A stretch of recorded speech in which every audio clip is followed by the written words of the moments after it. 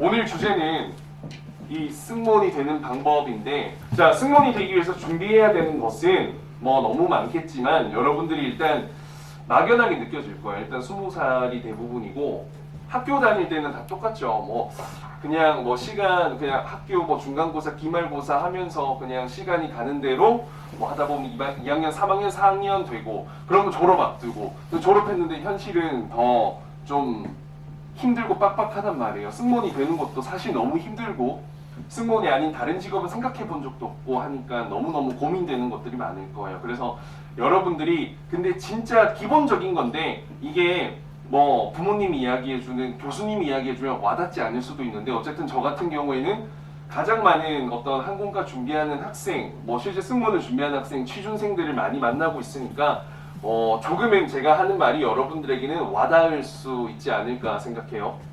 자, 그래서 일단 뭐 본론으로 바로 들어갈게요. 일단 여러분들 학점을 굉장히 잘 따주셔야 합니다.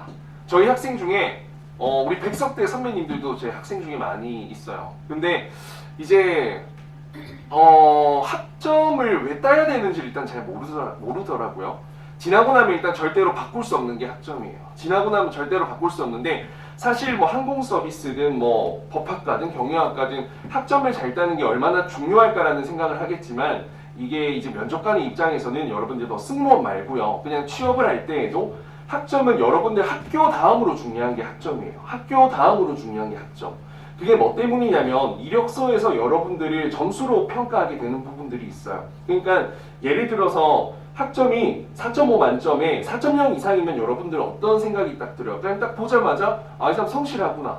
이 사람 되게 무언가 열심히 하구나라는 느낌이 들고 3.0 밑으로 떨어지면 어떤 직무든 직군이든 뭐 회사든 상관없이 이 사람이 학교 생활을 제대로 하지 못했다라는 게 본능적으로 느껴질 거고 그리고 동시에 드는 생각은 성실하지 못하다라는 생각이 들 수가 있습니다. 물론 학점이 낮으면 그걸 많이 하는 방법은 있어요. 뭐 스펙을 쌓는다든지 대외 활동을 더 많이 한다든지 경력을 더 많이 쌓는지라는 방법이 있겠지만 학점은 대학교 4년 동안 그냥 성실하게 학교 생활만 하면 학점은 잘 받을 수밖에 없죠. 저 같은 경우에는 앞으로도 계속 제 이야기를 하겠지만 저는 이제 그냥 부산에 있는 국립대에 나왔어요. 학점이 4.37로 졸업했는데 저는 승무원 말고도 직업을 되게 여러 가지 가져봤고 지금도 여러 가지 일을 하고 있고 그리고 승무원을 준비했던 적도 없는데 저는 일단 금융, 대기업, 이제 은행이랑 금융회사, 투자회사 쪽에 총 항공사까지 포함하면 13곳에 합격했고 항공사 제외하면 10곳에 다른 일반 기업에 합격을 했었어요. 근데 거기에 가장 중요한 포인트는 제 생각엔 학점과 스펙이었다고 저는 생각을 하고 있어요. 아직까지. 자소서야 뭐 지금이야 제가 훨씬 더 잘 쓰지만 그 학생일 때 저도 똑같이 학생의 입장에서 막 써봤자 얼마나 잘 썼겠어요. 그때 제가 전문가도 아니었고 그래서 돌이켜봤을 때 여러분들 면접에서 물론 블라인드 면접을 할 때에는 학점이 중요하지 않겠지만 얼마 전에 채용했던 에어프레미아 같은 경우에도 학점 적는 란이 없었어요. 적는 란이 없었는데 그 자기소개서를 자율 양식으로 해서 뭐 그림도 그리고 막 카네락 자기 마음대로 만들기 했어. 수기로 자소서를 썼거든요. 그러면 내가 학점이 높으면 4.3 이렇게 학점을 적어둔 거예요. 뭐 성실한 지원자 그리고 옆에 뭐 토익 점수 그 대외 활동 쫙 그냥 나만의 이력서를 만드는 거야. 자기소개서가. 그래서 학점은 여러분들이 승무원이 되는데도 중요할 수 있겠지만 정말 어떤 다른 일반 기업에 취업을 할 때에도 이 학점은 여러분들을 평생 따라다닐 거예요. 여러분들 이거 우리 그 입학 준비할 때 그런 거 걱정했잖아요. 내신 그리고 뭐 출결, 뭐 무단결석 이런 것들 걱정했을 텐데 이제 여러분들이 취업할 때는 고등학생 때는 아무것도 중요하지 않아요. 그냥 학교 졸업했다라는 게 중요한 거고 그런 것들은 의미가 없어지는데 대학교 학점은 달라요. 대학교 학점 성인이 되고 나서기 때문에 여러분들의 평생 꼬리표로 따라다니면서 저도 최근에 어떤 여기 학원 그 스터디 카페 룸 이게 서울 신촌에 이제 오픈을 하게 되면서 학원에 등록할 때 졸업 증명서를 뗀단 말이에요. 졸업 증명 떼고 같이 그냥 학점을 같이 나오는 포인트가 있더라고요. 그래서 그거 보면서 이건 평생 따라다니는 거구나. 여러분들 그 학점을 잘 따두셔야 됩니다. 정말로 이거는 꼭 지나고 나면 할 수가 없는 부분이에요. 물론 제 학생 중에서 총 승무원이 48명, 항공 승무원 48명을 합격을 시켰는데 그 중에서 가장 낮은 학점의 친구가 2.56이 있었어요. 2.56. 2.56 많이 낮죠. 저도 이 친구가 안 될 거라 생각했지만 될 거라고 생각하기도 했던 이유는 이화여대를 나왔어요. 학교가 일단 너무 좋죠. 이화여대 도거학과 그리고 토익 점수 950점. 얼굴 예뻐.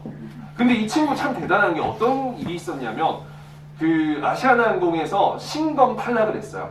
최종 합격을 하고 신검 탈락을 했어. 얼마나 죽고 싶겠어요. 그래서 엄청 많이 울고 한 일주일 내도록 전화 오면 막 계속 울어가지고 제가 힘들었어요. 근데 한 3, 4개월 뒤에 다시 공채가 떠가지고 다시 서류 합격해서 다시 최종 면접 보고 그때 갑상선 수치가 많이 높게 나와가지고 탈락했거든요. 갑상선 암 증이 의심된다라는 그런 소견이 나와가지고 근데 그게 이제 해결되고 나서 클리어되고 나서 정말 뭐 포기하고 있었다가 다시 또 기회가 와가지고 면접 보고 합격했어. 어쨌든 그런 케이스도 있긴 해요. 근데 뭐 그런 기적 같은 케이스를 기대해라라는 게 아니라 여러분들 학점이 낮아도 합격한 사람들은 뭐 특별한 케이스가 있는데 합격한 대부분이 학점이 좋아요. 제 학생 중에서 나중에 케이스들을 많이 이야기해 주겠지만 제가 일단 대한항공, 아시아나항공, 에어부산 세 곳에 합격했었고 제 학생 중에서 대한항공, 제주항공, 티웨이항공 세 개 합격한 동시 합격이죠. 그러니까 같은 상반기 혹은 뭐 하반기에 한꺼번에 합격했는데 그 친구의 학점도 4.1인가 그럴 거예요. 그러니까 4.0 넘는 친구들이 좀 많아요. 그래서 여러분들은 학점을 상당히 많이 신경 써 주셔야 한다. 그리고 승무원 말고 다른 직업을 선택할 때도 분명히 학점은 여러분들 평가 항목에 포함됩니다. 조금 더 구체적으로 해주면 여러분들 취업이 와닿지 않겠지만 취업할 때 서류를 넣으면 그 평가 항목이 있어요. 가장 큰 차지라는 게 아직까지 대한민국 학연 지원이 조금 있어가지고 블라인드 기업이 아니고서 블라인드 기업이라는 건 학연 지원을 뺀 거를 말하고 블라인드를 하지 않는 곳은 일단 학교를 제일 먼저 보고요. 전공을 두 번째로 보고요. 동시에 학점을 봅니다. 그리고 나서 스펙을 봐요. 학점에 이런 평가 요소가 굉장히 크고 여러분들이 서류 합격률을 높이려면 학점이 높은 게 굉장히 중요할 겁니다. 자, 그리고 두 번째는 스펙인데 스펙은 너무 많아요. 범위가 너무 넓은데 일단 여러분들이 승무원이 되기 위해서 쌓아야 할 스펙은 몇 개 없어요. 저 같은 경우에도 그렇고 다른 친구들도 그렇고 일단 기본적으로 저는 외국어가 제일 중요하다 생각해요. 외국어가 제일 중요한데 일단 뭐 기본적으로 영어가 제일 중요하겠죠. 그러면 제가 냉정하게 말씀드리면 일단 토익을 미리 준비해 두세요. 제가 지금 학생들 수업하다 보면 이미 졸업한 친구들이 거의 대부분 오는데 토익 점수도 없어. 600점대, 700점대, 500점대 이렇단 말이에요. 근데 현실적으로 600점대, 700점대 합격한 케이스들이 있긴 한데 그런 케이스는 너무 작고 드물어요. 그래서 토익도 똑같아요. 토익 점수가 예를 들어서 600점대다라고 하면 여러분들이 느끼는 여러분이 토익을 공부 안 해봤어도 990점이 만점이니까 600점이다라고 하면 뭔가 열심히 안 한다, 영어를 못 한다라는 느낌이 들 거고 700-800점 정도가 되면 그래도 뭔가 공부를 하긴 했네. 그리고 900점 이상이 되면 이 사람이 좀 다르게 보이거든요. 다르게 보여. 뭐 그걸 예시로 든다면 저 같은 경우에는 대학교 졸업하자마자 이제 YBM의 토익 강사를 했었어요. 토익 점수 990점이에요. 저는 고등학교 졸업할 때 990점이었는데 너무 잘난 척인가요? 죄송합니다.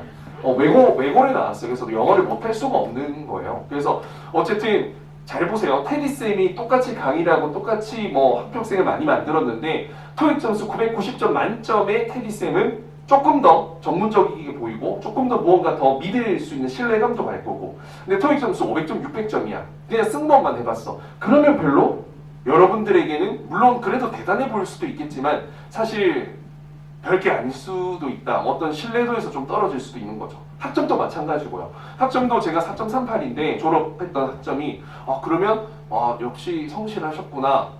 성공하는 사람은 다르네 이렇게 생각할 거고 3.2다 뭐 이렇게 하면 좀 의외네 뭐 이렇게 생각을 할 수도 있고 일단 결과가 합격했고 성공했으면 그게 중요하지 않겠지만 제가 봤을 때 수많은 학생들을 가르치면서 결과를 낼 때는 통계적인 데이터는 절대 거짓말을 안 하거든요. 그래서 점수 같은 게 분명히 영향을 끼치는 것 같아요. 근데 평균적으로 이제 그래서 여러분들이 몇 점 정도를 점수 만들어야 되냐라고 물어보면 남자 기준은 남자는 잘 들으세요. 남자는 정말 잘해야 돼요. 남자는 900점 넘어야 돼요. 남자는 900점을 넘기셔야 합니다. 여자 같은 경우에는 제일 분포가 많은 점수는 800 초반, 800점에서 850점 사이. 그리고 조금 드문 케이스가 이제 900점 위, 700점 후반. 그리고 700점 밑은 저는 아예 지원을 시키지도 않아요. 그냥 지원을 하지 말아라고 합니다. 아무리 본인이 뭐 졸업을 하고 있어도 어차피 토익 점수가 너무 낮으면 올라갔을 때 묻혀요. 토익 점수가 바로 보이기 때문에 점수화를 시키거든요. 여러분들 몇백 점에서 몇백 점 사이는 A 등급, 몇백 점 몇백 점은 B 등급 이런 식으로 점수를 나눠요. 이것도 뭐 항공사마다 다르긴 하겠지만 일반 기업도 똑같이 그런 기준을 나누고 있어요. 그래서 여러분들이 영어 성적을 반드시 취득해야 되고, 그리고 우리 백석대학교 출신 친구들 보니까 제 학생 같은 경우에는 대부분이 복수 전공했더라고요. 복수 전공을 꼭 하세요. 근데 꼭 하는 게 중요한 게 아닌데 또 했을 때 너무 어려운 걸 선택해가지고 학점이 이렇게 망하면 안 되니까요. 여러분들 학점 관리를 할 수 있는 복수 전공을 하는데 대부분 외국어 쪽으로 많이 하더라고요. 그래서 저는 여러분들이 어떤 언어를 해야 될까 고민도 할 수 있을 것 같은데 저는 그냥 무조건 중국어라고 생각해요. 일본어도 물론 제일 좋은 건요, 내가 어떤 인연이 있거나 계기가 있거나 아니면 배운 경험이 있거나 내가 좋아하거나 하는 게 제일 좋긴 한데, 사실 언어라는 게 범용할 수 있어요. 그러니까 많이 사용이 돼야 돼요. 그런데 뭐 저기 뭐 이상한 인도 저기 뭐 아프리카 이쪽에 있는 모시는 사람들은 모시게 될 확률이 적기도 하겠지만 그런 사람들은 대부분 비행기 탈 수준이 되면 영어를 씁니다. 영어를 써요. 근데 중국이라는 나라는 사람이 진짜 어마어마하게 많은데 그들은 영어를 하는 사람이 거의 없어요. 중국어를 무조건 한단 말이에요. 계속 중국말 해요. 그래서 소통이 불가해요. 그렇기 때문에 중국어가 승무원에게 많은 도움이 된다라고 하는 거예요. 그래서 저 같은 경우에도 HSK 6급을 취득했었거든요. 그래서 여러분들이 중국어, 일본어도 있고 여러 가지 언어가 있겠지만 저 중국어를 꼭 복수 전공을 따길 추천드리고요. 그런데 여기서 중요한 게 있어요. 승무원만 되려고 하면 중국어 복수 전공이 맞는데 아까 교수님이 얘기 들어보니까 여기 전공을 좀 자유롭게 들을 수 있다 하더라고요. 다른 직무에 대한 고민을 반드시 해야 돼요. 그리고 다른 고민이 있다면 저는 경영이든 경제학과든 그런 전공을 복수 전공을 해야 된다고 생각을 합니다. 정말 여러분들이 나중에 그냥 내가 학점도 뭐 애매하고 영어 성적도 없고 경력도 없고 스펙도 없는데 졸업한 게 항공 서비스밖에 없어. 그러면 여러분들은 어려워지는 거예요. 백석대 항공 서비스학과는 제가 강의할 때도 그랬고 저는 꽤 괜찮은 학교라고 생각을 하는 수준에 있는 학교였어요. 그런데 이 학교에 들어온다고 승무원이 되는 건 아니거든요, 여러분들. 여기 벽에 붙여져 있는 거 보면 알잖아요. 괜찮고 잘하고 열심히 한 친구들이 대부분 되는 거예요. 그러니까 퍼센테이지로 치면은 많아봤자 30% 갈까? 현실적으로 많은 수가 합격하고, 근데 그거를 서운해할 필요도 없는 게 경영학과 간다 해서 뭐 다 CEO 되는 것도 아니고요. 경제학과 간다고 해서 다 은행원 되는 것도 아니잖아요.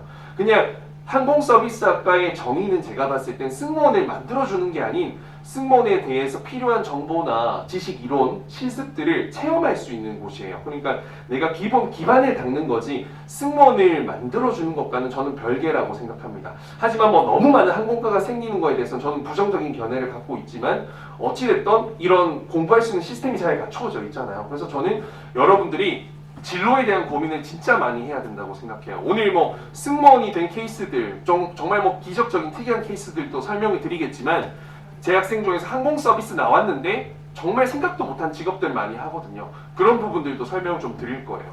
그래서 전공 선택, 복수 전공하는 거 꼭 고민 많이 해보시고요. 그리고 이제 영어, 중국어 이 두 개를 말씀드리고 싶고, 대외 활동은 사실 봉사활동 이런 거 이제 안 중요해요, 여러분들. 뭐 솔직하게 말씀드릴게요. 그러니까 봉사활동 본인이 좋아서 해야 되는 건데 저 같은 경우는 봉사활동을 해본 경험이 한 번도 없어요. 저는 학점 따기 바빴고 막 이런 과외하면서 돈 벌고 막 이런 생활을 했었어가지고 봉사활동 이런 건 안 해봤었는데, 여러분들이 어찌됐던 그런 대외 활동을 많이 하는 것도 중요한데 그냥 단순히 그걸 많이 해봤자 이력서의 한 줄 말고는 여러분들에게 어떤 큰 취업에 연결되는 건 아니에요. 그래서 여러분들이 어떤 중구난방으로 대외활동이 하는 게 아니라 봉사활동에 관심이 있으면 국내외 봉사활동에 대한 것들을 주력적으로 많이 해주시고요. 공모전 또 나가는 거 뭐 좋을 거고, 이게 와닿지 않을 수도 있겠다, 20살이기 때문에. 근데 이제 차츰차츰 학교 홈페이지나 이런 거 들어가면 뜨는 게 많을 거니까 많이 해보는 건 중요할 것 같아요. 그래서 뭐 지금 대외활동 이런 것보다는 어찌됐든 여러분들에게 직접적인 스펙으로 다가가는 거는 외국어다라는 거를 말씀드리고 싶고, 이제 경험에 대한 부분, 이제 대외 활동에 대한 부분이에요. 그리고 아르바이트를 여러분들이 이제 많이 하게 될 텐데, 20살 때부터 아르바이트를 많이 하게 될 텐데, 아르바이트를 하는 것도 그냥 아무 때나 하는 게 중요한 게 아닌 것 같아요. 그러니까 뭐 카페든 이런 거 좋은 건데, 일단 기본적으로 여러분들이 아르바이트를 하실 때는 첫 번째로 생각해야 되는 거는 전문적인 어떤 매뉴얼과 서비스 교육을 받을 수 있는 것을 선택해야 된다.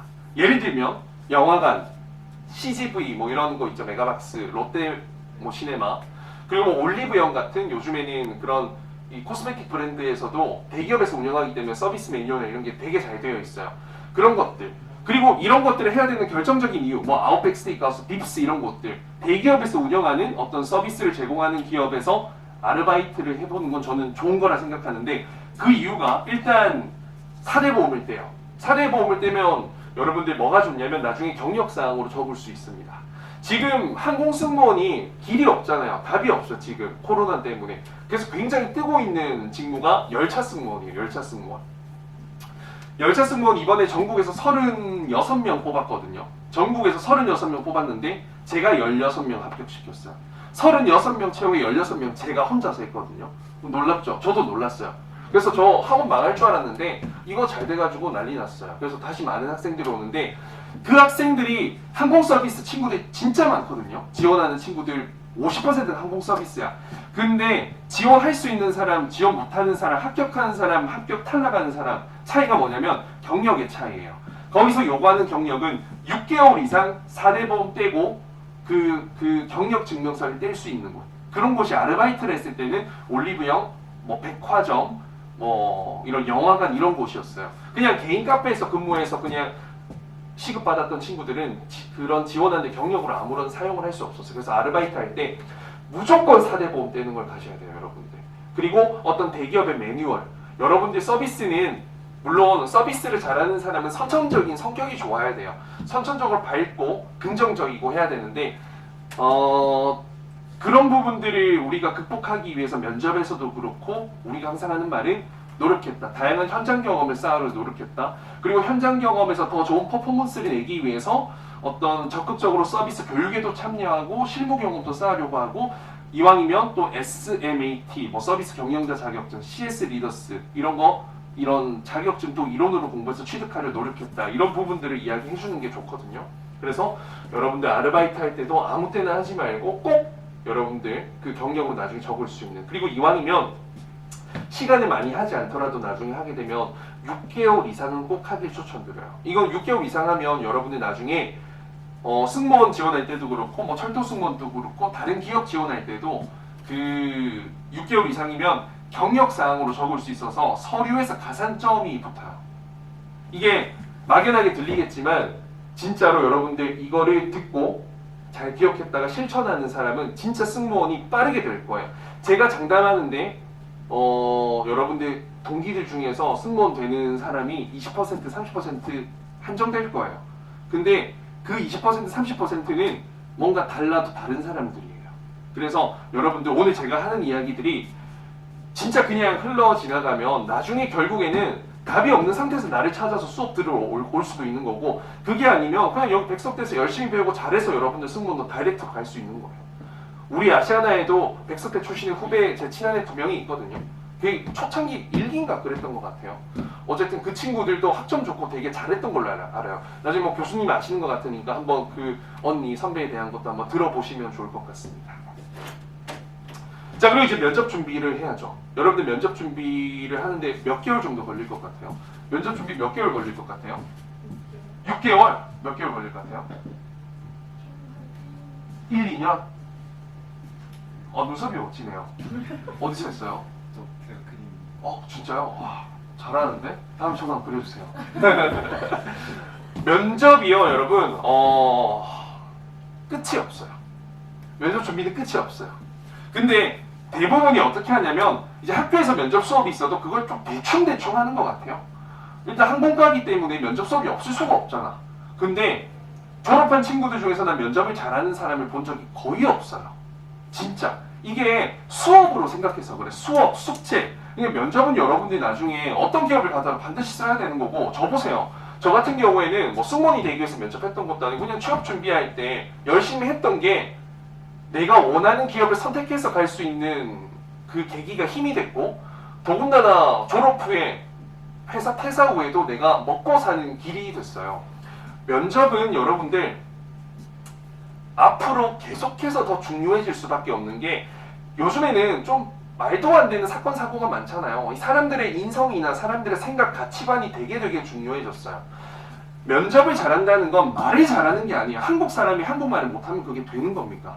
근데 질문을 했을 때 거기에 대해서 내가 여기에 잘 어울리고 여기에 대한 생각을 했던 것을 적절하고 전달력 있고 설득력 있게 이야기를 하는 건데, 이 면접 준비를 여러분들이 굉장히 열심히 해주셔야 되는데, 지금은 학교 생활을 하고 있고 1학년이잖아요. 그러면 학교에서 주어지는 그 면접 수업에 적극적으로 참여해라 라는 건 뭐 너무나 당연한 이야기일 거고, 유튜브가 정말 잘 돼 있잖아요. 뭐 제 유튜브도 있겠지만, 제가 여러분들 인싸 담당자라는 채널 알아요? 그 모르는 사람들이 거의 대부분 취업 채널이에요. 취업 채널 중 제일 큰 곳인데, 뭐 그런 곳을 비롯해서 면접에 대해서 알려주는 유튜브 채널들이 정말 많습니다. 그래서 여러분들이 지금은 본격적으로 준비를 하지 않겠지만 취업 준비 언제부터 해야? 3학년 때부터 하면 돼요. 3학년 때부터. 자, 그러면 지금은 여러분들이 그런 유튜브를 그냥 뭐 브이로그 이런 거 보는 것도 재밌겠지만, 그래도 그 면접과 관련된 그 유튜버 1명, 2명 구독해두고 올리는 그 영상, 제 영상도 요즘에 저는 항상 공부에 대한 것만 거의 올리기 때문에 조회수가 잘 안 나와요. 왜냐면 또 공부네 이러면서 그걸 안 본단 말이야. 그래서 여러분들이 싫겠지만 그 유튜버들이 올리는 그런 뭐 입사 포부 어떻게 써야 되는지, 자기소개 어떻게 써야 되는지, 그거를 그냥 뭐 흘려가더라도 그냥 몇 번 들어보세요. 그러면 감이 오거든요. 여러분이 나중에 면접 준비를 본격적으로 할 때는 뭐 누군가에게 도움을 받겠죠. 교수님의 조언과 코칭도 받고, 뭐 저 같은 면접 컨설턴트한테 도움을 받을 수도 있는 거고, 아니면 여러분들끼리 스터디 꾸려서 하겠지만 반드시 도움이 될 거예요. 그래서 답변 만드는 거는 제가 조금 이따가 좀 팁을 알려드릴 테니까요. 그거는 일단 조금 이따 더 말씀드리겠습니다. 그러니까 유명한 항공가면 다 승무원이 될 수 있을까? 저는 여기에 대한 부분들을 말씀드리고 싶어요. 이게 저희 항공 입시 이렇게 준비하는 과정에서 봤을 때 학생들이 유독 뭐 인하공자 한서대를 많이 이야기를 하더라고요. 이유는 모르겠는데, 그러니까 일단 그 학교에 대한 어떤 로망이 있는 것 같아요. 로망. 근데 뭐 현실적으로 바라봤을 때 이제 여러분들 너무 모르는 거야. 그냥 유명하다더라, 거기 언니들이 예쁘다더라, 승무원이 많이 된다더라, 그냥 이렇게 추상적으로만 갖고 있고, 실제로 그 학교에 왜 가야 하는지에 대한 이유는 없어요. 없어. 뭐 좀 냉정하게 말씀드리면, 이제 한서대 같은 경우에는 한때 이제 그 아시아나와 협력돼가지고 되게 많은 학생들을 좀 보냈었어요. 그리고 좀 내신 성적도 많이 보는 편이고, 그래서 이제 많이 유명해진 것 같고, 인하공전 같은 경우에는 뭐 대한항공에서 운영을 하고 있죠. 실제로 한진제다에서 운영을 하는 것도 있는데, 지금은 그런 뭐랄까 어드밴티지가 많이 떨어졌어요. 원래는 사실 채용도 인하공전 따로 하고 인하공전 일정 비율을 승무원으로 합격시켜 줬단 말이에요. 아마 교수님도 잘 알고 계실 거예요. 아주 예전부터 봤기 때문에. 그래서 아마 인하공전 1기부터 해가지고 어떤 일정 비율을 실제 대한항공 승무원으로, 객실 승무원으로 채용하기 위해서 만들어진 학과예요. 학과. 그래서 얼마 전까지, 몇 년 전까지만 하더라도 어떤 그 실습 제도, 그리고 채용으로 관련되는 어떤 산학 협력 이런 것들이 굉장히 많이 되어 있었는데, 그게 지금 다 풀어진 상태예요. 지금은, 현재는. 그래서 실제로 인하공전에 들어가서 합격하는 것 또한 그 합격, 지금 승무원이 실제로 연결되는 포인트가 뭐 비율로 따졌으면 20-30% 되지 않을까. 예전에는 30-40%까지 갔다면 50%까지는 안 갔던 것 같아요. 근데 지금은 20-30%. 그런데 그렇게 보면은 물론 너무 작은 학교들, 너무 저기 끝에 있는 학교들은 정말 한 명만 나와도 뭐 정말 뭐 어디 뭐 플랜카드 붙이고 하던데, 사실 그런 학교 모르겠어요. 처음부터 학교를 본인이 원하는 곳 들어가는 것도 중요한데, 결국에는 학교보다는 본인이 들어가서 어떻게 하느냐가 중요한 거예요. 본인이 어떻게 하느냐가 중요한 거예요. 그래서 유명한 항공과인 게 중요한 게 아니라, 제일 제가 확실히 말씀드릴 수 있는 건, 어떤 학교든 어떤 항공과든 그냥 거기서 1등하면 승무원이 될 확률이 월등히 높아져요. 당연히 교수님도 어떤 좋은 기회가 있을 땐 그 친구를 밀어줄 수밖에 없을 거고, 그래서 여러분들이 수업도 열심히 듣고 학점도 잘 따고 교수님들이랑 또 사실 잘 지내야 돼. 확실히 뭐 그래서 어떤 내가 생각했을 때 나의 멘토 교수님을 한 명 만들어가지고 뭐 제가 대학생활 할 때는 어떻게 좀 했었냐면 아주 이유 없이 주기적으로 일주일에 한 번씩 찾아갔어요. 일주일에 한 번씩 찾아가가지고 바카스 뭐 500원 1000원밖에 안 하잖아요. 그런 거 한 병이라도 사가가지고 그냥 교수님 얼굴 보러 왔습니다 라고 하면서, 그리고 막 질문할 거 있어. 막 이 메모지에 적어둔 거 이거 제가 교수님께 좀 여쭤볼 게 있어서요 이러면서 막 메모지 꺼내면서 막 항상 그 노트를 들고 다녔어요. 그러면 되게 예뻐해 주시기도 하고 어떤 좋은 프로그램이 오면 먼저 알려주시기도 했었어요. 그래서 여러분들이 어쨌든 교수님이 여기에서 여러분들이 잘 되는 게 도움을 주는 사람이 이제 브레이크 거는 사람이 아니란 말이에요. 그래서 뭐 교수님이 어렵다? 아니에요. 면접관이 어렵다. 면접관이 편하게 생각할수록 면접에 합격할 확률이 높아지고, 교수님과 어떤 관계도 좀 편하게 생각할수록 여러분들의 어떤 좋은 기회들도 반드시 많이 올 거예요. 그래서 아까 앞서 말씀드렸던 학점, 스펙, 경험 이런 것들을 잘 쌓고요. 면접 준비를 잘하면 여러분들이 유명한 항공과라서 합격하는 게 아니라 실제로 서류 전형에서 여러분들이 면접으로 넘어갔을 때 면접관이 원하는 답변을 해주고 이미지를 전달해주면 그게 합격하는 거예요. 실제로 한 가지만 더 말씀드리면, 제가 이제 얼마 전에 호서 전문 학교, 이제 전문 학교예요. 그 학교에 저희 학생인데 이스타항공 승무원 된 친구가 있는데 그 학교 출신이에요. 그래서 그게 학과장님이 불러가지고 이제 갔었는데, 그분이 이제 대한항공 면접관으로도 오래 하셨대요. 학부장님. 그런데 자기도 그렇고 예전에 이제 면접 볼 때 항공과가 너무 많아서 인하공전은 알았는데 한선에도 몰랐대. 자기는 하면서 진짜 이거는 진짜로 이야기를 하더라고요. 한선에도 몰랐대. 한참 뒤에 알았대. 본인이 학교에 오고 나서. 그래서 면접관은 여러분들이 백석대인지 뭐 백석예술대학인지 그런 거에 대해서 그렇게 중요하게 막 심각하게 생각하지 않아. 이 친구는 한서대니까 뽑아줘야겠다 이런 거 절대 없어요, 여러분들. 그건 확실합니다, 여러분들.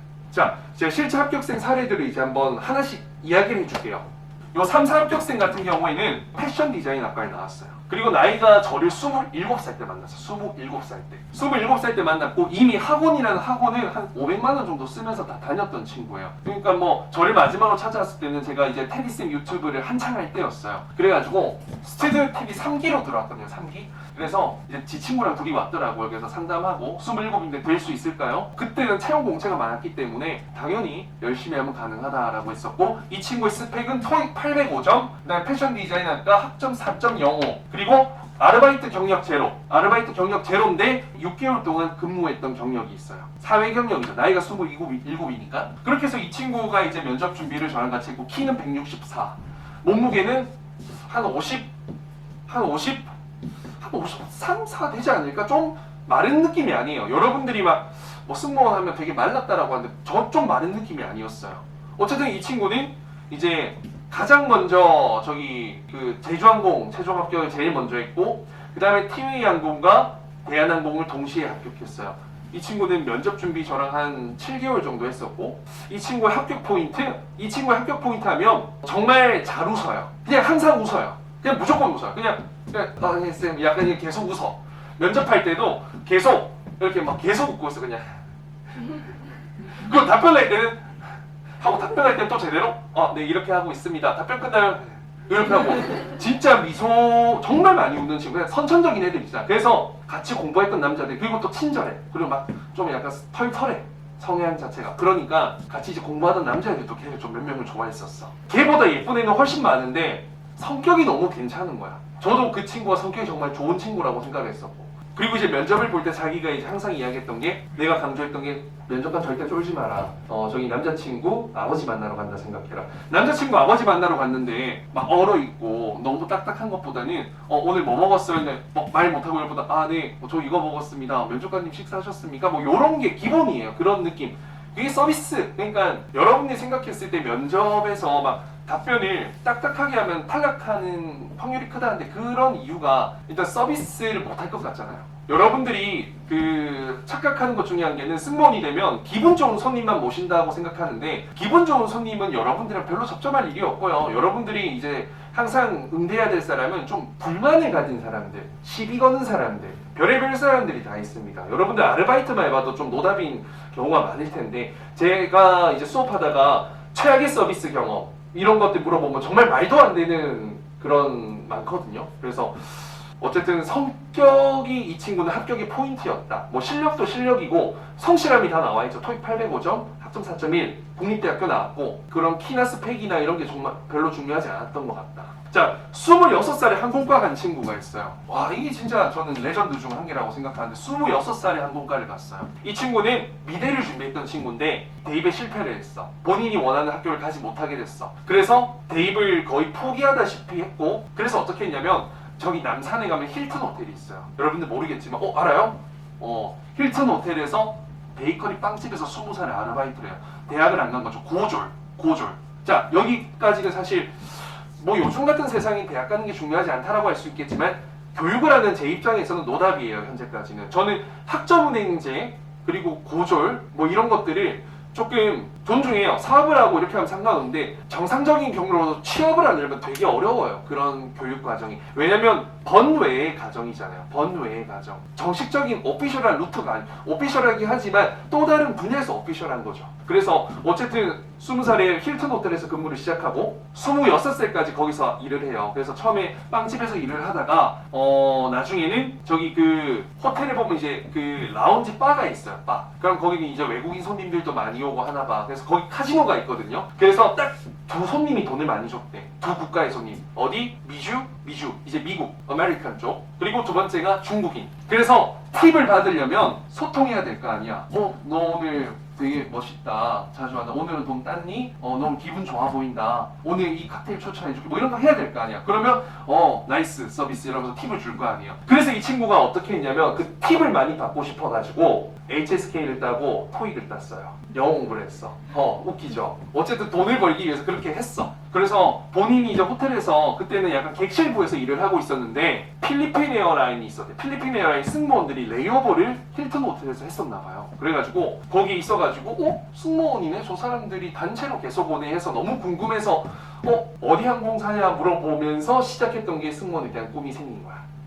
그래가지고 자기가 26인데 25말인데 가능할까라고 이제 고민을 하기 시작하는 거죠. 그런데 사실 25 너무 늦었잖아요. 그때 이제 항공과 정상적으로 좀 들어가기 어렵잖아. 그러니까 여기서 내가 말하고 싶은 포인트는 여러분들이 상상도 하지 않았던 학교라는 거예요. 그러니까 완전 뭐랄까 말하기는 조심스럽지만 어쨌든 완전 비주류의 학교였다는 거예요. 그리고 26살에 입학을 했고 27살에 저를 찾아왔어요. 27살 이제 여름방학 직전 5월, 6월쯤에 저를 찾아왔어요. 그리고 수업을 시작했죠. 수업을 시작하고 6개월 정도 수업을 했어요. 근데 이제 이 친구가 저는 사실 나이는 문제가 되지 않지만 나이가 문제가 되진 않았지만 어떤 학교적인 부분 좀 걱정을 했었어요. 근데 이 친구가 일단 외모적인 부분도 굉장히 호감적이고 좋았고 무엇보다 되게 열심히 했어요. 그래서 어쨌든 이 친구는 27살에 저를 만났고 28살 1월 되는 날에 이스타항공을 들어가요. 물론 지금은 죄송합니다. 참 그런데 자 뭐 예상치 못한 상황인 거 어쩔 수 없잖아요. 이 친구 지금 뭐 하고 있는지 알아요? 이 친구는 지금 사업 준비하면서 이제 본인이 영어랑 중국어 특기가 있으니까 제가 계속해서 이야기해줬던 게 GKL이라고 공기업인데 이제 그랜드 코리아 레저라는 곳이에요. 거기에는 이제 카지노 딜러도 있고 여러 가지 이제 관광 산업의 분야의 어떤 직무인데 그 딜러를 준비해라고 해가지고 그거 공부하고 있어요. NCS 공부하고 있어요. 이 친구 나이가 이제 29살인가? 그럴 거예요. 어쨌든 26살에 항공과를 들어가도 합격을 할 수 있더라. 30살에 승무원 된 친구가 있어요. 30살에. 이제 여자. 남자는 재학생 중에 32살이 최고 높은 나이였고 여자는 30살인데 이제 이 친구는 이제 스튜디오 테디 1기 제가 처음 시작했을 때 왔었고 30살인데 직장생활도 아무것도 해본 경력이 없었고 뭐 하고 살았는지 모르겠어. 얘는 4년제 대학에 나오긴 했는데 뭐 했냐? 내가 했어요. 토익도 없고 심지어 그래가지고 자기가 사실 이제 임용 준비를 뭐 했었다던가 뭐 했었대. 그래서 시간을 많이 허비한 거여서 30살에 그러니까 상담할 때 저 되게 팩트 폭격을 많이 날려요. 그러니까 되게 현실적인 말만 해. 진짜 좀 이렇게 저는 막 이렇게 립 서비스 이런 거 안 하거든요. 저는 등록이 중요한 게 아니라 이 사람이 인생이 일단 중요하니까 솔직하게 이야기를 해. 그리고 어차피 지금 30살에 아무것도 없으면 노답인 상태인데 이 사람이 오냐 했을 때는 인생이 절대 안 바뀌어요. 그래서 오히려 그냥 네 인생이 끝났다 이미 취업 시장에서 30살이면 끝났다. 시집이나 가라. 좋은 남자 만나라. 이렇게 했어. 그러니까 안 된대. 자기 제발 수업 듣게 해달래. 안 된다. 나 자신이 없다. 라고 했어요. 그냥 듣기만 해달래. 그렇게 해가지고 진짜 우리 수업이 3시간인데 3시간 전에 와가지고 미리 공부하고 끝나고 5시간 더 하고 가고 막 나를 막 피를 말리면서 계속 뭐 물어보고 괴롭히는 거야. 어쨌든 1기니까 최선을 다했죠. 1기니까 최선을 다했어요. 어쨌든 그 제주항공에 승무원돼서 지금 사무장이에요. 그리고 이 친구가 이제 귤쌤이라는 이름으로 저의 스튜디오 테디 수업을 아직까지 계속 온라인으로 도와주고 있어요. 온라인으로 이제 여러분들 뭐 자기가 이렇게 말했어. 테디쌤이 스튜디오 테디 그 학원 그만두는 날까지 그 사업 접는 날까지 자기가 이거 도와주겠다. 물론 이제 돈을 조금 주긴 줘요. 뭐 공짜로 받을 수는 없으니까. 그럼 30살에도 된 케이스가 있고 또 한 가지 케이스가 뭐 있냐면 그런 친구도 있어요. 대한항공 들어간 친구예요. 대한항공 들어간 친구고 이 친구는 26살에 저를 찾아왔는데 이 친구 하는 일이 이제 미용실 스태프였어요. 미용실 스태프. 피부과에서 일하다가 미용실 스태프로 갔고 이 친구의 전공이 뭐였냐면 2년제 나왔는데 뷰티 미용학과였어요. 여러분들 아마 미용학과 출신의 승무원이 된 케이스는 들어본 적이 아마 없을 거예요. 왜냐면 항공사 입장에서는 2년제 뽑을 거면 항공과 뽑지 일부러 뭐 미용과를 뽑거나 기계과를 뽑거나 할 필요가 없죠. 4년제 인재들도 널렸는데 굳이 내가 2년제 미용과를 이렇게 할 리스크를 안을 필요가 없는 거죠. 회사 입장에서는. 그리고 이 친구가 토익도 없었고 일단 공부를 살면서 해본 적이 아무것도 없었어. 고등학교도 미용고 쪽으로 나왔고 그래서 이 친구도 1기로 왔어. 1기가 정말 좀 답이 없는 케이스가 많이 왔어요. 저에게 나에게 왜 이런 시련을 주실까. 그래서 너도 좀 힘들겠는데? 라고 귤쌤 다음날 상담을 왔었어. 그래서 그때 내가 이 일을 계속 할 수 있을까라는 고민을 했었거든요. 진짜. 그래서 어쨌든 미용과인데 토익도 없고 뭐 아무것도 없어. 근데 딱 한 가지 좋은 게 학점이 4.3. 뭐 2년제 미용과에서 열심히 했겠죠. 그리고 뭐 외모는 어느 정도 괜찮고. 그래서 이제 너도 어렵다. 미안하다.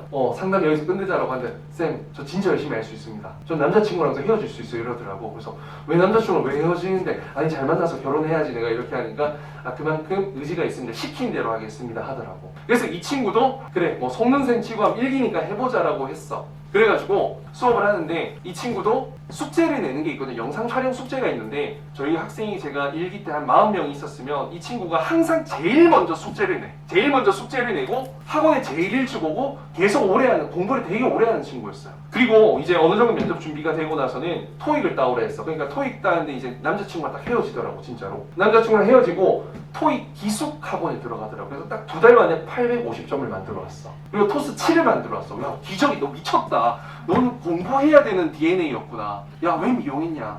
쌤 저도 이렇게 될지 몰랐어요.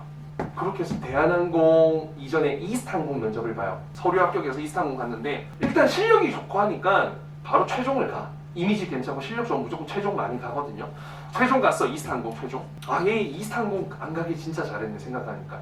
그래가지고 갔는데 갑자기 최종 면접날 전화가 온 거예요. 쌤 저 그랬어요. 이러면서 우는 거야. 그래서 왜? 이러면서 지하철을 잘못 타가지고 면접 늦은 거야.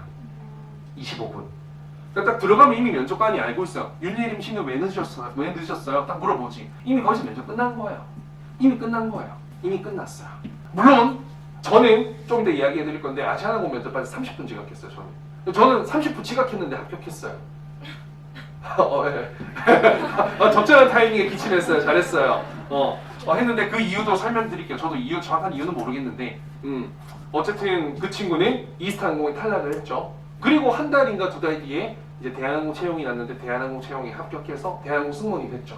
그리고 이 친구는 2년제 나온 게 이제 컴플렉스가 되는 거야. 물론 지금 대한항공은 하향 평준화돼서 그 월급이 4년제, 2년제가 이제 이렇게 4년제가 낮춰져가지고 똑같이 월급을 받는데 근데 진급의 호봉 누락이 2년인가 있단 말이에요. 2년인가 3년. 그래서 이 친구는 지금 학점은행제로라도 이제 학사를 따려고 하더라고요. 그런 친구도 있었고 여기에서 말씀드리고 싶은 건 어떤 환경, 코로나 때문에 채용이 아예 없는 거면은 좀 힘들겠지만 채용이 있는 상황에서는 열심히 하는 사람은 반드시 되고 여러분은 정말 좋겠네. 그러면 지금 3학년도 그렇고 어쨌든 졸업을 할 때쯤 되면은 항공산업은 돌아와 있을 수밖에 없습니다, 여러분. 지금 이제 대한항공 내부에는 공채가 언제 이야기하냐면요, 오피셜이긴 해요. 오피셜이지만 이게 바뀔 수도 있겠죠. 2년 정도를 생각하고 있어요. 채용 시기까지. 정상적으로 채용하기까지 2년 정도를 바라보고 있다고 합니다. 그리고 제가 이제 개인적으로 친분 있는 항공사의 어떤 이런 객실 본부 팀장님들, 에어부산도 그렇고 한 1년 6개월 정도. 그리고 일단 지금 항공사 통합하잖아요, 통폐합. 그로 인해서 많은 이제 직원들이 정리도 되고 하겠지만 어찌됐든 저찌됐든 중요한 거는 시간이 지났을 때 어떤 방향성이 설정됐을 때는 반드시 채용을 해야 됩니다. 채용을 할 수밖에 없게 될 거예요. 물론 우리가 아마 교수님도 기억하시겠지만 IMF 때 그때 한 3년 정도 채용이 없었던 적이 있어요. 그렇죠? 그리고 사스 때 채용하기 한 1년 10개월 정도 미뤄졌다는 거 알고 있어요. 사스. 지금 이제 그런 상황 중에 한 개죠. 딱 진짜 삶의 위기가 10년에서 15년마다 한 번씩 이제 어떤 세계적으로 어떤 위기가 찾아오는데 지금이 그 상황인 것 같아요. 그러니까 여러분들은 걱정할 필요 없어. 그냥 여러분이 열심히 하면 돼요. 지금 문제는 언니 오빠들이에요. 지금 취업 준비생들은 진짜 죽을 맛일 거예요. 진짜 죽고 싶을 거예요. 그래서 제가 이걸 보면서 충분히 될 수 있겠구나. 승무원이 되는 건 어렵지 않겠구나. 여러분들 학교에서 진짜 열심히 하고 그리고 뭐 정도움이 필요하면 나에게 찾아와도 되는 거고 궁금한 건 나한테 언제든지 물어봐도 되고 맨날 뭐 유튜브 하잖아요. 예비승무원들 멘토 테디쌤 하면 하잖아. 그리고 저희 그 오픈 카톡방이 있어요. 테디쌤 항공과 말고 언니 오빠들 이제 600명 있는 방이 있는데 거기도 나중에 들어오면 주소 알려드릴 테니까 거기 이제 매일매일 채용 공고를 제가 올려줘요. 어떤 기업들이 있고 어떤 여러분들은 그런 거에 가까이 있어야 돼. 지금 제가 어제 저기 두정동 갔다 와봤거든요. 우리 새벽에 와가지고 어제 가서 우리 맥주 한잔 했어요. 와가지고 여기 천안의 시내는 어떤가 해서 궁금해서 나갔었는데 그거 보니까 젊은 사람들이 완전 미쳐 있어요. 완전 평일인데 왜 그렇게 많이 놀아요, 여러분들?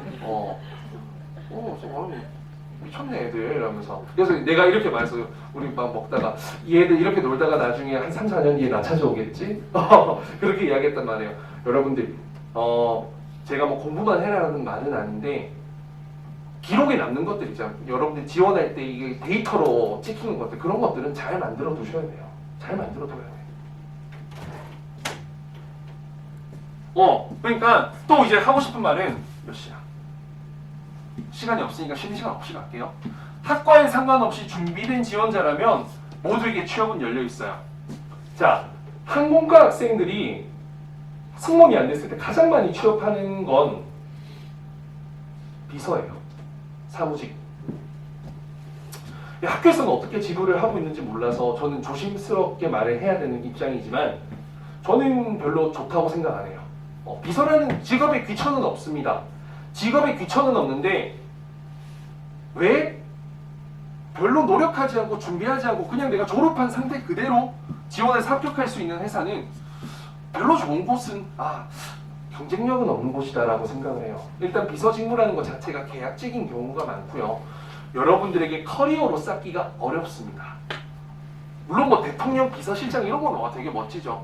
그런 비서가 아니잖아요, 그렇죠? 그래서 냉정하게 바라보자고요. 높은 사람을 도와준 거 서비스의 일종이기도 해요, 비서가. 그걸 해서 승무원이 되는데 경력으로 쓰는 거는 괜찮은데 승무원이 되지 않았을 때는 이 경력은 여러분들이 쓸 수 있는 데가 없습니다. 냉정하게. 그래서 정말 인생을 잘 살고 싶으면 정말로 뭔가 취업, 여러분들 지금은 안 와닿죠?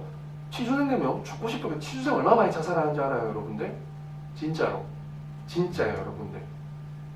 그래서 직무를 잘 설정해야 돼요. 미리 직무를 설정해야 돼. 항상 1+1으로 가세요. 승무원이라는 베이스는 깔고 가고요. 승무원이라고 하면 자 항공 승무원, 외항사, 국내, 열차 승무원 이렇게 묶어 가실 수 있고요.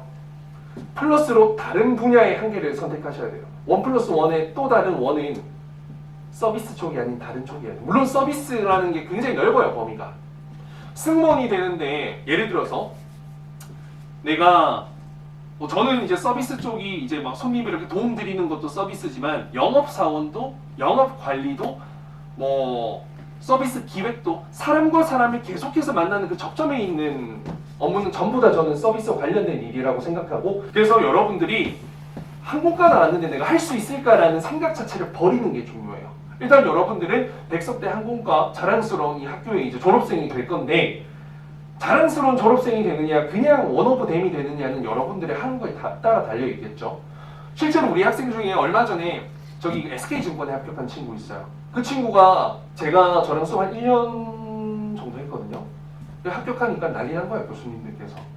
대단하다, 너 될 줄 알았다 이러면서 이제 학교 특강 와달라 하겠죠. 처음이래. 항공 서비스에서 그런 쪽으로 가는 케이스가. 근데 그게 생각보다 어렵다면 어려울 수도 있겠지만 미리 준비를 하면 어렵죠. 그 친구는 이미 졸업을 하고 이미 이유도 모르고 뭐 대한항공, 아시아나항공 최종 면접에서 여러 번 탈락하고 나서 저를 찾아왔고 저를 찾아서 공부를 하는 과정에 코로나가 터졌고 답이 없고 그러면 새로운 직무를 그때서 찾은 거야. 고민한 거야. 근데 자기 아빠가 농협 지점장님이셨던 거야. 그러면 은행을 해라. 아빠 내가 어떻게 은행하는데 이거 NCS 공부 인적성 공부는 못한다. 진주 친구거든요. 뭘 못하냐 해봐라. 다행히 제가 금융투자회사 은행 출신이잖아요. 제가 은행을 세 곳에 합격해봤거든요. 기업은행, 우리은행, 그리고 도산은행 요 세 개를 합격해봤어요.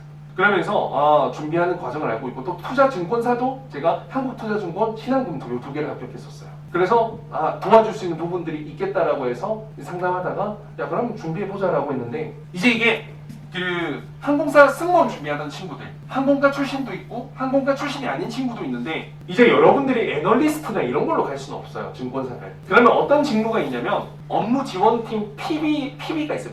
PB가 뭐냐면 업무 지원이라면 은행원이라 생각하시면 됩니다. 어떤 손님이 방문 내방했을 때 계좌 개설하고 상품 설명하고 그리고 뭐 판매도 하고요. 영업도 같이 하고 은행원이에요. 증권사랑 은행이랑 굉장히 비슷한 부류지만 일은 다르지 역할은 다르지만 비슷한 일을 하고 있습니다. 투자와 관련된 거 혹은 여기는 이제 예적금, 대출 관련된 일을 하는 거고요. 그래서 이 두 곳에 이제 합격한 친구들은 업무 지원팀이라고 업무 지원이라 해가지고 연봉은 한 3,800에서 4,000 초반까지 가는 것 같아요. 그리고 여기에서 근무를 1년, 2년 하다 보면 이제 PB로 넘어가고요. PB라는 건 이제 안에서 판매도 하고 하는 그럼 월급이 연봉이 더 올라가요. 근데 이제 그 친구 합격한 거가 대단하다 생각했던 이유 중에 한 개는 진짜 면접으로만 합격했어요. 진짜 면접으로만 합격했어요. 그게 뭐 때문이냐면 요즘 취업이 너무 어려워서 저 증권사 업무 지원 가는데도 뭐 자격증이란 자격증을 가지고 있는 친구들이 너무 많아요. 좋은 대학교에 이미 투자 혹은 은행 금융 계열을 준비하다 보니까 AFPK라는 자격증부터 해서 되게 시간 한 8개월, 9개월 걸리는 자격증이거든요. 5만 대만 자격증을 다 갖고 와고 면접 볼 때 자기만 항공서비스학과, 나머지는 다 경제학과, 경영학과, 그리고 뭐 중경외시 그런 급의 학교들, 그리고 또 자기 혼자만 자격증이 없고 스펙은 토익 한 개 있어요. 토익 한 개. 815점인가? 면접에서 딱 이 질문을 어떻게 면접 준비했냐라고 물어봤다고 하고 1년 2개월 했고 항공승무원 쪽에 준비해서 나는 고객들을 만났을 때 어떻게 좀 친근함을 전할 수 있을지 그거 고민과 연습을 정말 많이 했다. 그래서 이런 부분이 또 면접관님께 좋게 보였던 것 같다. 뭐 이렇게 이야기를 해서 어쨌든 합격을 했죠. 어쨌든 항공과를 졸업하고 나서 진로를 다시 설정한 건데 지금 미리 준비를 하고 학과 이런 것도 여러분들이 미리 경영, 경제 이런 거 여러분 반드시 다른 직무 가면 무조건 물어본단 말이에요. 항공 서비스 졸업했는데 왜 여기 지원했어요? 승무원 되면 갈 거 아니에요? 분명히 물어보거든요. 그러면 여러분들은 미리 뭐 복수 전공을 하거나 자격증 같은 걸 취득해두면 항공 승무원 되고 싶었다. 근데 하면서 우리 학교가 정말 좋았던 점은 다양한 전공을 체험해 볼 수 있었고 그 공부할 수 있었다. 그러다 보니까 나 이거 하고 싶었고 그래서 복수 전공을 했다. 관련된 자격증 취득했다. 난 항공 서비스를 졸업해서 승무원이 되지 않았지만 정말 그 사람들의 마음에 공감하고 다가가는 그 방법을 정말 많이 배웠다 생각한다. 고객들이 가장 친근하고 친절한 사람 되겠다. 뭐 이렇게 갈 수 있는 거란 말이에요. 이제 기업은행은 행원이죠. 행원. 공채로 이제 행원으로 들어간 거고 이 친구도 졸업하고 항공과 졸업했고 승무원 준비 한 1년 2개월 정도 하다가 코로나 때문에 이렇게 돼서 틀었던 거예요. 은행으로. 네이버 이 친구는 네이버 진짜 정말 좋은 직장이거든요. 일단 연봉이 너무 세요. 너무 세. IT 회사들 연봉이 진짜 작살나요, 여러분. 이제 투자 금융사는 끝났어. 얼마 전에 어떤 신문 보니까 카카오 와 연봉이 뭐 평균 연봉 1억 넘던데? 와 1억 받으면 얼마나 행복하겠어요. 그쵸 교수님 1억 정도. 근데 이제 뭐 평균 연봉이니까 다르지만 근데 입사하자마자 5천 정도 받더라고요. 나도 좀 가고 싶더라고요. 이 친구는 2년제 대학 나왔고요. 실용 1어학과 나왔어요. 근데 실용 1어학과 나왔는데 일본어 점수도 없고 형편이 없어요. 토익도 점수가 없었고 근데 이 친구 승무원 되고 싶어서 저를 만났고 스튜디오 텔이 6기 그리고 한 8개월, 9개월 정도 준비했는데 집이 조금 어려웠어요, 이 친구는. 그래서 수업을 더 하고 싶지만 못했고 이제 취준을 하는데 일단 학벌이 안 되고 스펙이 안 되니까 너무 힘든 거 아니에요. 면접만 잘하는 거야, 이 친구가. 어떡하지? 힘들어하다가 나중에 이제 들어봤을 때 쌤 좀 너무 죽고 싶다라고 연락 왔더라고요. 그래서 왜? 이러니까 제가 카페에서 2달 동안 일했던 건 임금을 못 받았다고. 근데 사장님이 자기한테 거지냐고 물어봤다고. 그래서 멘탈이 완전 박살나가지고 연락이 온 거야. 그래서 어떡하냐, 뭐 내가 뭐 우울증 올 것 같아. 그래서 뭐 내가 어떻게 해줄 수 있는 게 없잖아요. 장문의 메시지 힘내라 이렇게 했는데 한 일주일 뒤에 자기 자존감을 찾기 위해서 바디 프로필을 준비한다더라고. 그래서 돈을 잃었다는데 갑자기 바디 프로필 할 여유가 있구나. 대단한 친구다. 그러면서 알고 보니까 그 택배 상하차 그리고 물류 창고에서 일을 하더라고. 그래서 이제 일단 일용직으로 돈을 벌고 있는 거야. 그래서 와, 대단하다. 그럼 이제 저는 테니스 카톡방도 그렇고 이제 제 학생들 졸업한 학생들 카톡방에서 그렇고 항상 체험 공고를 매일매일 올려줘요. 조교쌤이랑 저랑 이제 확인해가지고 너무 높은 대기업은 아니더라도 여러분들이 지원해 볼 수 있을 만한 회사들은 또 서비스 승무원을 꿈꿨던 사람들도 점프업 해볼 수 있는 것들을 올려주는데 네이버를 한번 올린 적이 있는데 이 친구가 전략기획팀에 와, 저는 신기한 게 진짜 관련된 자격증이 없는데 이 네이버가 좋았던 건 IT 기업이라서 블라인드 면접이에요. 블라인드 면접. 그래서 학벌이나 이런 거 안 봐. 그리고 NC 그 인적성 시험은 공부해야 되거든요. 인적성 통과하고 면접을 3번 봤대요. 면접을 3번 봤는데 이 친구도 똑같아. 이 증거를 내가 다 남겨놨어요. 네이버 밴드 나중에 알려줄 건데 테디쌤가 들어오면은 후기들이 다 있어요. 실제로 그 말이 적혀져 있어. 면접 준비 어떻게 한 거냐? 나이가 20대인데 어떻게 어른들이 좋아하는 그런 말을 알고 있냐? 진짜 이렇게 해서 30분 동안 정말 기분 좋게 면접 보고 나왔대. 이제 본부장이겠다. 본부장 최종 면접에서는. 그걸 합격했어요. 어제 인생이 바뀌었죠. 역전됐죠. 이 친구는. 완전히. 27이에요. 27.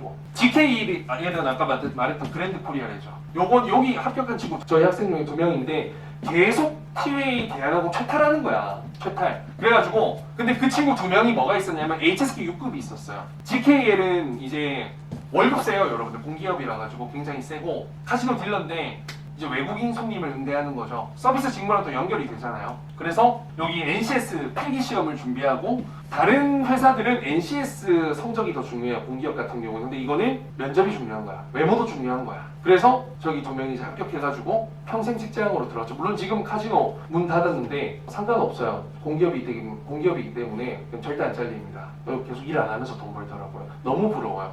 월급 제가 저번 까보라고 하니까 420 정도 받는다 하더라고요. 와, 그래서 야, 나 좀 주면 안 되겠니? 이렇게 농담도 했었는데 일을 안 하고 받아요. 와, 공기업 좋아요. 그리고 항공사 일반직. 항공사 일반직은 제가 총 3명을 보내봤습니다. 총 3명. 항공사 일반직이라고 하면 지상직이 아니에요, 여러분들. 운항 통제, 스케줄러로도 갔고 한 명은 여객 운송, 지상 직원들을 관리하는 매니저로 갔고 또 한 명은 영업 구매팀으로 갔어요. 영업 구매팀. 3곳에 갔는데 이 중에서 한 명이 항공과 출신인데 그걸 갔어.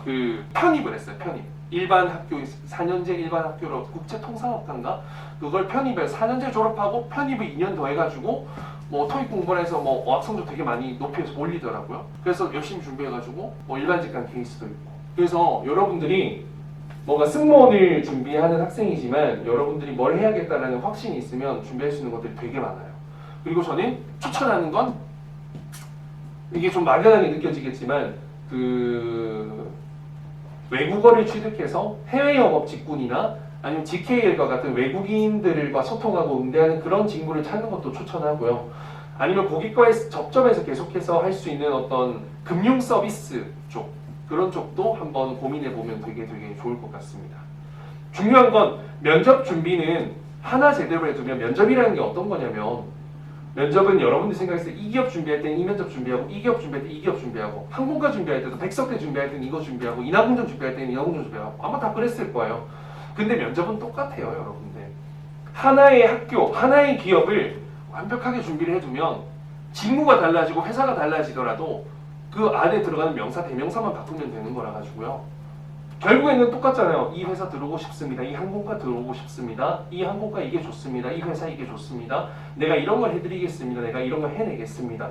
결국엔 똑같거든요. 물론 직무가 달라지면 어필해야 되는 핵심 역량은 다를 수가 있는데 이것까지 들어가면 여러분들 취준생이 아니기 때문에 어려워지니까 요거는 내려놓을 건데 어쨌든 면접 준비를 열심히 해두시고 제가 오늘 이 수업 그래도 이 특강을 하고 나서는 여러분들이 이 교수님으로부터 면접을 열심히 하더라 그때 강의해줘서 고맙다라는 이야기를 꼭 들을 수 있으면 좋겠습니다. 자, 절대 하지 말아야 될 거. 쓸데없는 시간과 비용을 낭비하지 마세요. 첫 번째, 외모에 너무 집중하지 마세요. 어디 뭐 모델 나갑니까? 아이돌 연습생 할 거예요. 여러분 생각보다 교수님은 근데 굉장히 아름다우시네요. 저는 좀 놀랬어요. 담배기를 하길래 나는 농담인 줄 알았어요.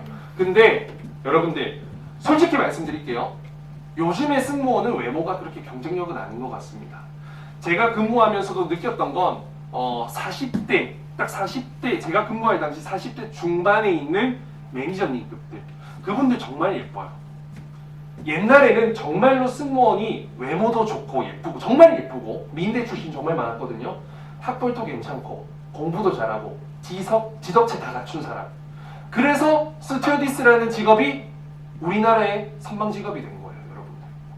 물론 지금은 여행이 굉장히 자유롭게 되는 거기 때문에 어떤 승무원에 대한 진입장벽이 굉장히 많이 낮아졌죠.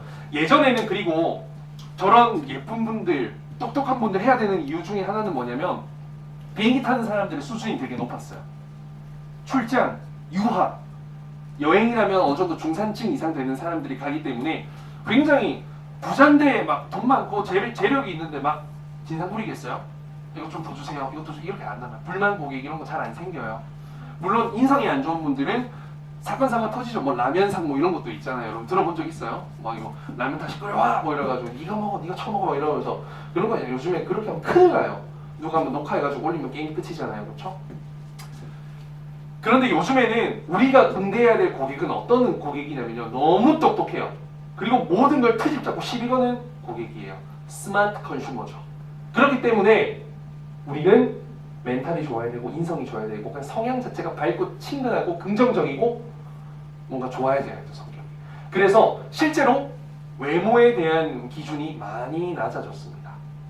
실제로 면접관들이 옛날에는 외모 이미지를 정말 80% 정도 봤다면 지금은 30-40%로 낮춰본답니다. 그 이유는 예쁘기만 한 애들은 멘탈이 약하고 금방금방 그만둔다라는 생각이 있는 거예요. 정말로 여러분들이 집중해야 되는 거는 이력서상에 여러분들이 생각하는 이미지가 겉으로 보이는 이미지, 뭐 목소리, 표정, 외모, 키, 이런 비율 이런 걸 생각하시겠지만 그런 이미지도 이미지인데 이력서에서 내가 점수가 이렇고 학점이 이렇고 하는 것도 이미지예요.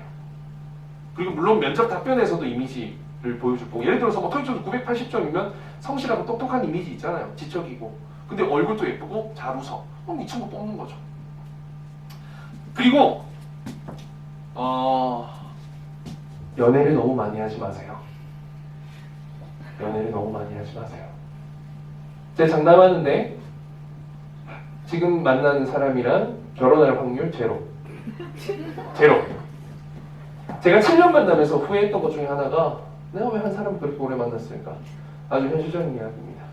시간 쓰고 돈 낭비하고 죽었듯이 싸우기도 하고 막 그게 만나는 건 괜찮은데 그것 때문에 아까 말씀드렸던 스펙도 못하고 시험 기간에 싸우면 끝 아닙니까? 내일 시험인데 싸우면은 그런 거에 영향을 끼친단 말이에요. 뭐 어떤 신앙심이 있어가지고 서로 화도 안 내고 모든 걸 관용하고 베풀고 이해하고 할 수 있는 관계라면 사귀세요. 뭐 한 명을 사귀, 두 명을 사귀 마음대로 하시는데 이해하시고 있어요? 없어요? 동기 중에서 뭐 없어요? 마음에 드는 사람 없어요? 마음에 드는 사람 없어요? 없어요? 나도 그랬어요. 원래 동기는 아주 평범하게 친근하게 보이니까. 어쨌든 연애를 너무 깊게는 괜찮아요. 오래 하지 마세요.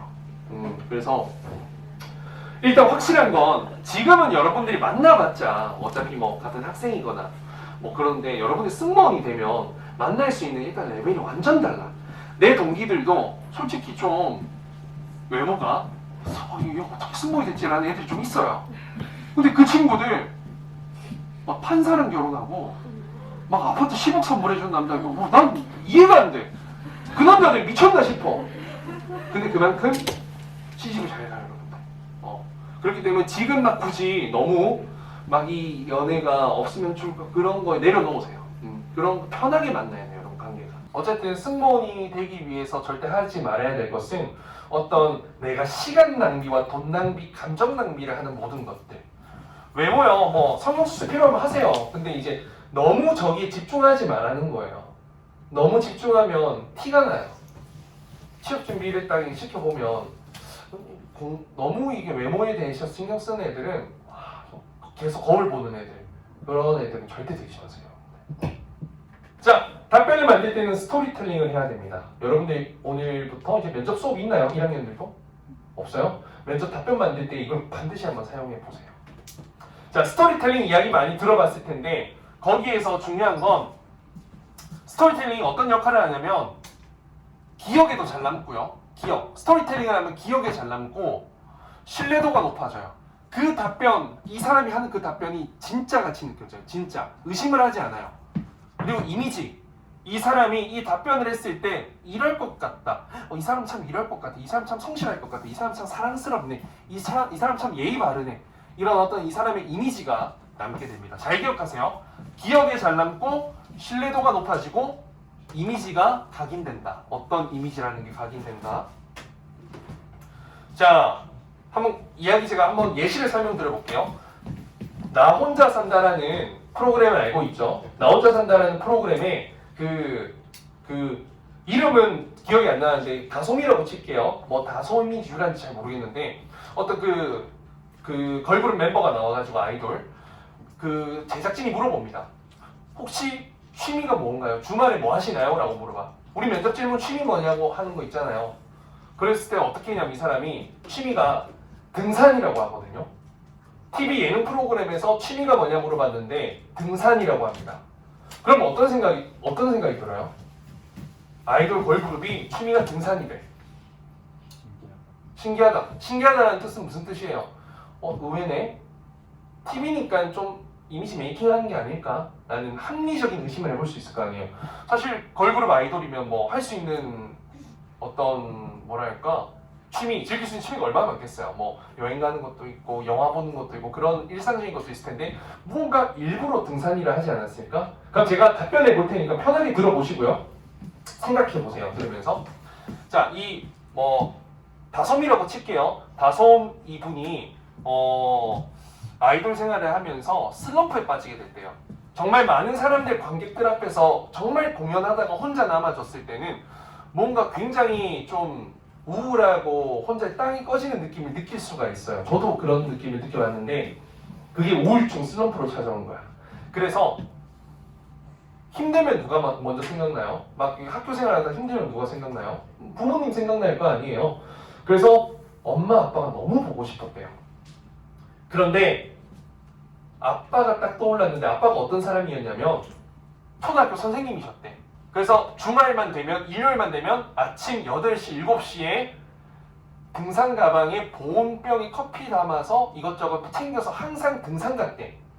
그래서 낮이나 돼야 돌아오시는 거야. 그래서 이 다솜은 너무 속상한 거지. 아빠가 나랑 TV도 보고 디즈니 만화 동산도 보고 같이 밥도 먹고 해주면 좋겠는데 너무 집에 없는 거야 주말에. 서운한 거지 평일에는 일하시는데. 그런데 문득 아빠가 그렇게 좋아했던 등산이라도 해봐야겠다 생각이 들었대. 왜냐면 바로 집 앞에 자기 집 숙소 앞에 북한산 진입로가 있었대요. 그래서 북한산 등산에 가야겠다 해서 아빠는 보온병에 커피를 챙겼다면 다솜은 영양갱을 그렇게 좋아한다네요. 영양갱 팥 이거 있잖아요. 영양갱이랑 과자랑 이런 주전부리들 막 챙겨가지고 가방이 정말 무거웠대. 많이 먹을 거 많이 싸가지고 그거 들고 북한산 올라갔대요. 3시간 정도 등반했는데 생각보다 힘들진 않았대.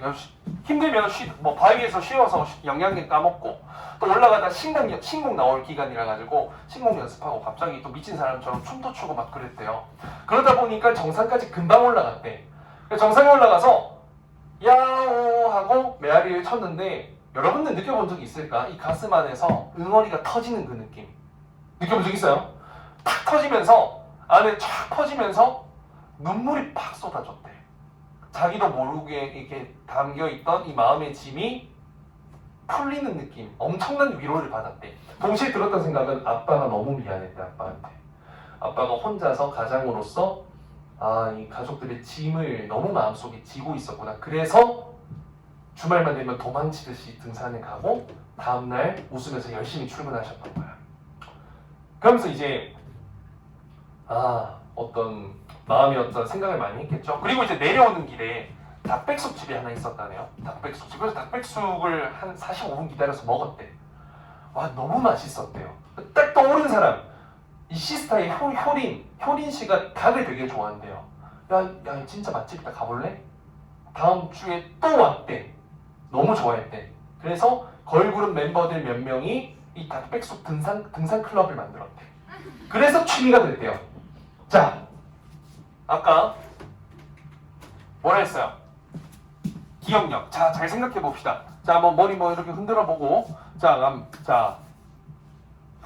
내일이나 모레나 이 다솜 씨가 등산을 취미로 하게 된 이유, 계기를 물어보고 설명을 해야 됐을 때 어느 정도 설명할 수 있을 것 같아요? 못할 것 같아요? 할 수 있을 것 같죠? 자, 그럼 신뢰도. 지금 내가 이렇게까지 설명을 했는데 이 사람 취미가 등산이라 했을 때 거짓말 같아요, 혹시? 그 거짓말이라 생각하면 병원 가보세요. 그게 뭐냐면 공감 자각 능력 장애라고, 이 소시오패스, 사이코패스, 면접관이 사이코패스가 들어올 리는 없겠죠. 공감을 한단 말이에요. 진심을 담아서 이야기를 하면. 자, 세 번째. 이 사람 어떨 것 같아요, 성격이? 나는 이 가수 잘 모르거든요. 근데 이 답변을 딱 들었어. 제가 등산 좋아하게 된 이유가요. 막 설명했어. 그럼 딱 끝나고 나면 어떤 느낌이 들어요, 이 사람한테? 아마 다 생각이 다를 거예요. 본인은 이 다솜 다솜이 어떨 것 같아요? 선한 사람. 예? 와, 이 친구 그거 우리 학생 중에 에어부산 들어간 그 테리쌤 브이로그에 그 에어부산 체험 비행했던 거 있는데 거기 에어부산 우리 학생이 같이 나왔거든요. 그 친구랑 닮았네. 전해줄게요. 예지라고 하는데. 또 그 옆에 핑크 언니. 어떤 사람일까, 다솜? 가족들이랑 사이가 자, 본인만의 어떤 이미지를 느낀단 말이에요. 똑같아요. 면접에서 스토리텔링한 답변은 면접관이 들었을 때 얘는 이럴 것 같아. 얘 참 괜찮다, 참하다. 얘 참 손님한테 잘할 것 같다라는 이미지를 스스로 느껴요. 그래서 스토리텔링을 해야 되는데 요거 한번 볼게요. 기억력. 여러분 답변이 기억이 잘 남는다 했잖아요. 그러면 한 가지만 물어볼게요.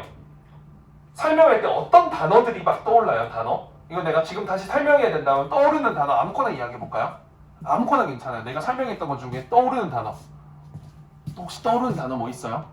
아까 내 답변 중에 뭐 했던 거 뭐 여러 가지 있잖아요. 북한산. 북한산 좋죠? 아버지.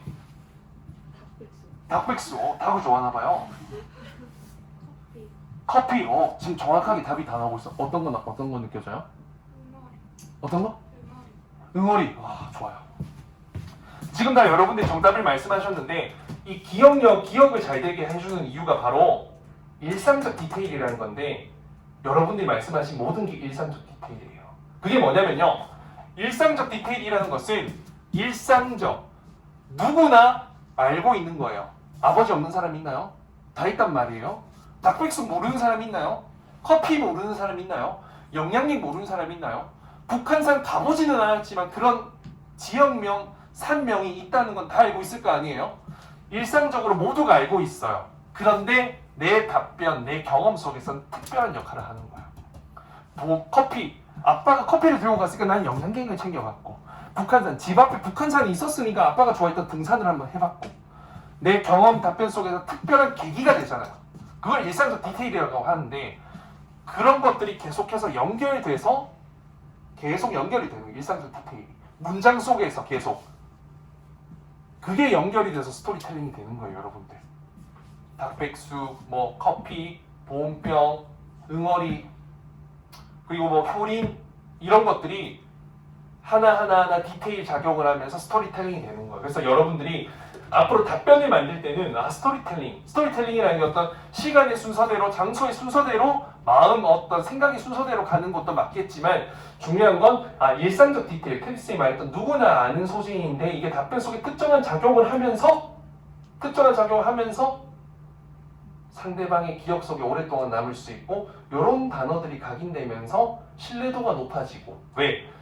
나도 알고 너도 아는 건데 내 답변 속에서 특정한 역할을 해주니까 듣는 사람의 입장에서는 이 답변에 대한 신뢰도가 올라갈 수밖에 없는 거예요. 추상적으로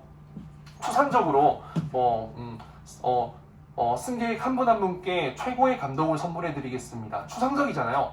승객 한 분 한 분의 필요사항을 최선을 다해 도움드려 고객 감동을 이끌어내겠습니다. 조금 더 디테일하게.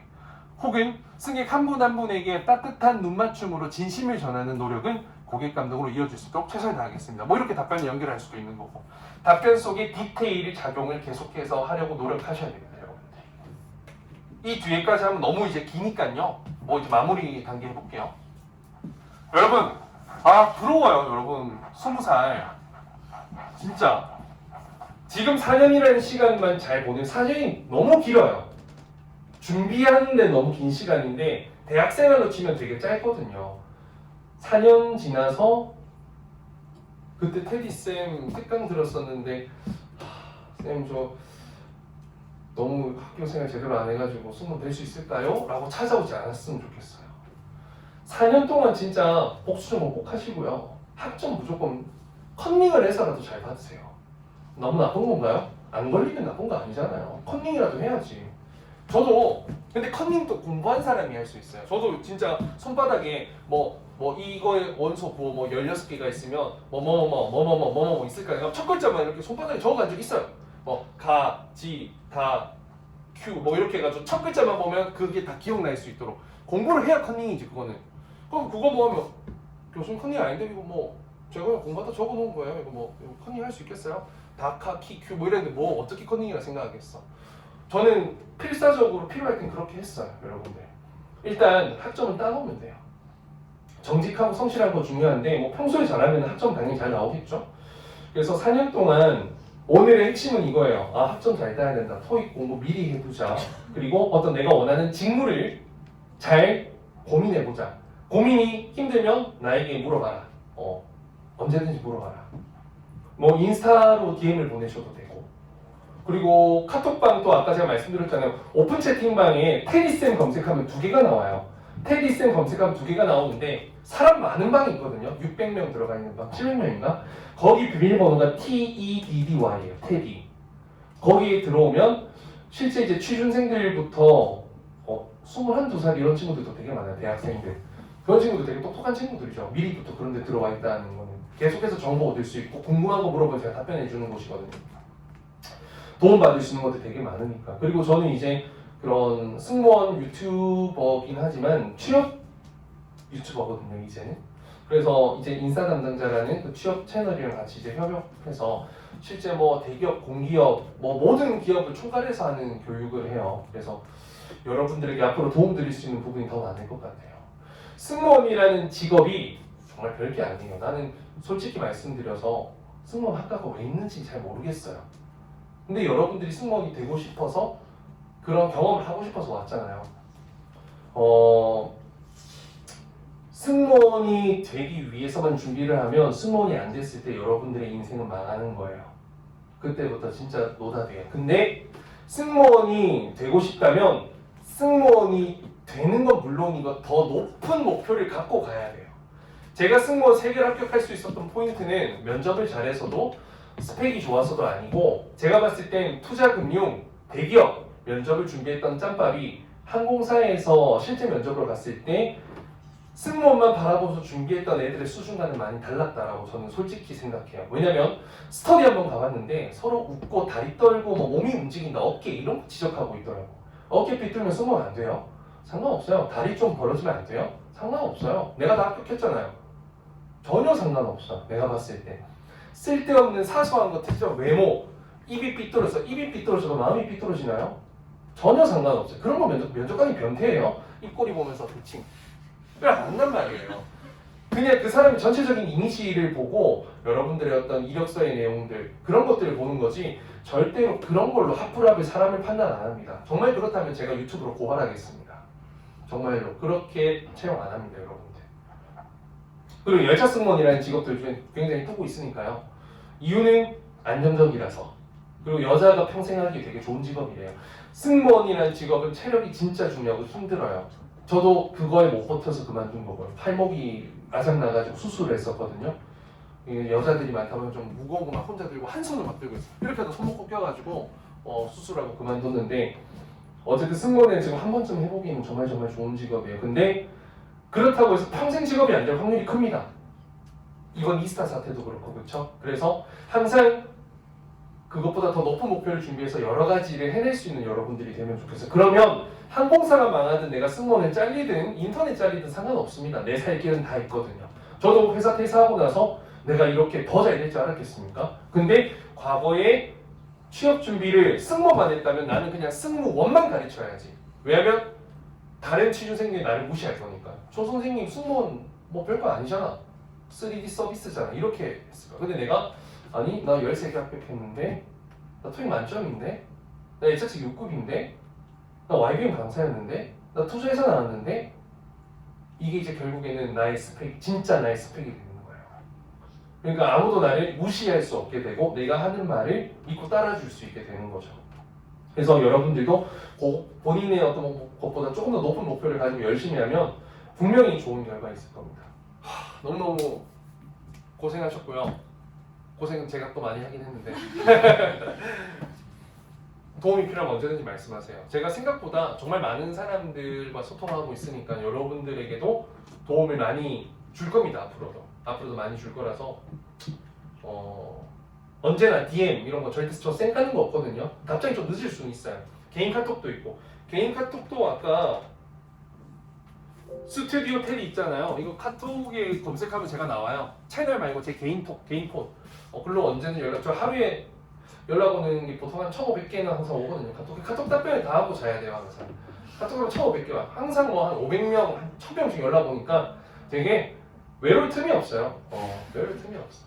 고생 많으셨고요. 저는 제가 힘이 닿는 한까지 여러분들 어쨌든 저는 승무원을 먼저 경험한 선배니까 교수님들보다도 가장 최근에 경험한 선배고 그것과 별개로 가장 많은 합격생을 최근에 만들어봤으니까 여러분들에게 가장 실질적인 진짜 선생님 말고 멘토 오빠라고 하기에는 내가 나이가 너무 많아요. 이제는 삼촌이라고는 듣고 싶지 않고 웃지 말고 비웃지 말고 그래서 어쨌든 정말 실질적인 도움을 항상 주고 도와줄 테니까 도움이 필요하면 언제든지 저한테 연락 주십시오.